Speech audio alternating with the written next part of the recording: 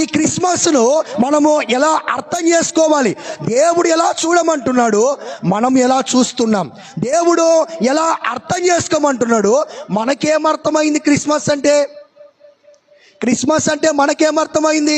November 25 నుండి December 25 వరకు rest లేకుండా ఎక్కడంటే అక్కడ క్యాండిల్ లైటింగ్ సర్వీసులు పెట్టి హంగామా చేసి, ఇదిగో మేము దేవుణ్ణి పుట్టుకను ప్రచురిస్తున్నాము అని చెప్పుకునే క్రైస్తవులమైన మనమందరం కూడా గమనించాల్సింది ఏంటంటే, ఆయన పుట్టుక యొక్క ఉద్దేశము మనకు బాగా అర్థమవ్వాలి.